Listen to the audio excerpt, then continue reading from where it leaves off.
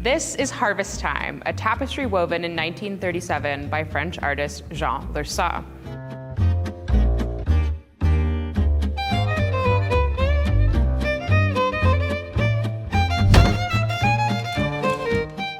The tapestry entered the collection of the Worcester Art Museum in 1938 after former Wham board president and Worcester philanthropist Aldous Chapin Higgins purchased the work in 1937 and turned around and gave it here at the museum.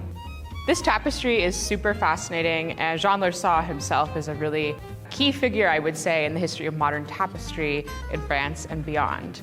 Jean Lurçat is often credited with reviving the technique of tapestry weaving, this really historic medium in France, beginning of the 20th century. He likely displayed his first tapestry circa 1917. And he was not just a tapestry weaver or a designer of tapestries, he also worked in a number of media. He did paintings, he did lithography, he made ceramics. We actually have some other ceramics by Lurçat in Wham's permanent collection. He was deeply invested in thinking about the historic lineage of tapestry in France. You can see that here in the format of this tapestry, the inclusion of borders, and also even weaving in a word like moisson, harvest, in French, right into the tapestry. This work, you can see you have these ennobled harvest workers in a field surrounded by vegetation. You see references to wheat, to apples, and of course these wonderful Afghan hounds. We know that Lurçat was a big fan of this dog breed and actually had multiple Afghan hounds, and also wove other tapestries that feature Afghan hounds. This work you can also see, of course, if you get close to it, there are just so many incredible details, from the kind of bright red hair of this young girl figure to the different facial expressions and gazes of the larger scale figures, and of course, the fur on those Afghan hounds.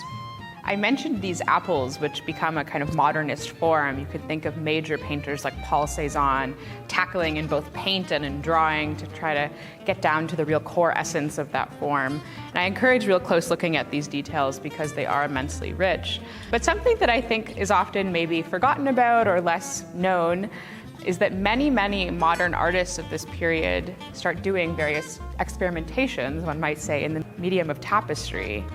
And for example, some of the most famous artists of the period, artists like Georges Braque and Pablo Picasso, actually have tapestries they made designs for. Henri Matisse made tapestry designs. And it was a really interesting kind of moment in which Lurçat was working in the early and mid 20th century in France, in which it became popular to have these large-scale tapestries adorn public buildings, municipal buildings, but also museums. We know when this tapestry was given to the museum from Aldous Chapin Higgins in 1938, it has a history of being on view in various moments of time. There's also a bit of a legend that apparently it was used as a backdrop in this room, actually, when it was an auditorium in various moments for concerts and performances. For me, that's fascinating because you also think about the sound dampening quality of something like a modern tapestry you may have in your modernist home. This tapestry was woven in Aubusson, and Aubusson was one of these historic centers of tapestry weaving really for 6 centuries in France. There were a number of important locations where tapestries were woven in France, whether it be Aubusson, the Gobelins, or Beauvais. And oftentimes these kind of sites of weaving sometimes wove works for the nobility, but also went on to wove works for the market. And particularly in the 20th century, when there was this real revival of historic tapestry weaving, they became sites where modernist artists would bring their designs to be woven in collaboration with truly master weavers in these historic locations, which actually continue on today. You can see that Jean Lurçat has these figures harvesting various fruits. You can see grapes and the apples and wheat.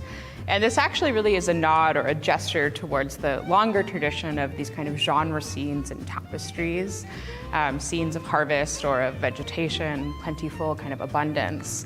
But really it's a special kind of twist on that topic because here he takes it to kind of think about social realism and more contemporary relevance in his moment, thinking about the ennobled laborer, which was not just something that Lurçat was doing, but many artists of this moment and slightly before might think of someone like Millet, for example, and the kind of harvest workers that he depicts in paint. So it is a really interesting kind of meeting of many different modes of art making and thinking about these subject matters, including both the contemporary moment, the long trajectory of Jean Racine's in tapestry production, but also really thinking about modernist forms. This exhibition is on view here at the Worcester Art Museum through Sunday, July 27th, 2025. I hope you'll have the chance to come visit us here in Worcester and experience this once-in-a-generation exhibition, a rare opportunity to see this important subset of our tapestry collection here on view at the Worcester Art Museum. Follow us on social media for more as we explore our magnificent tapestry collection this summer.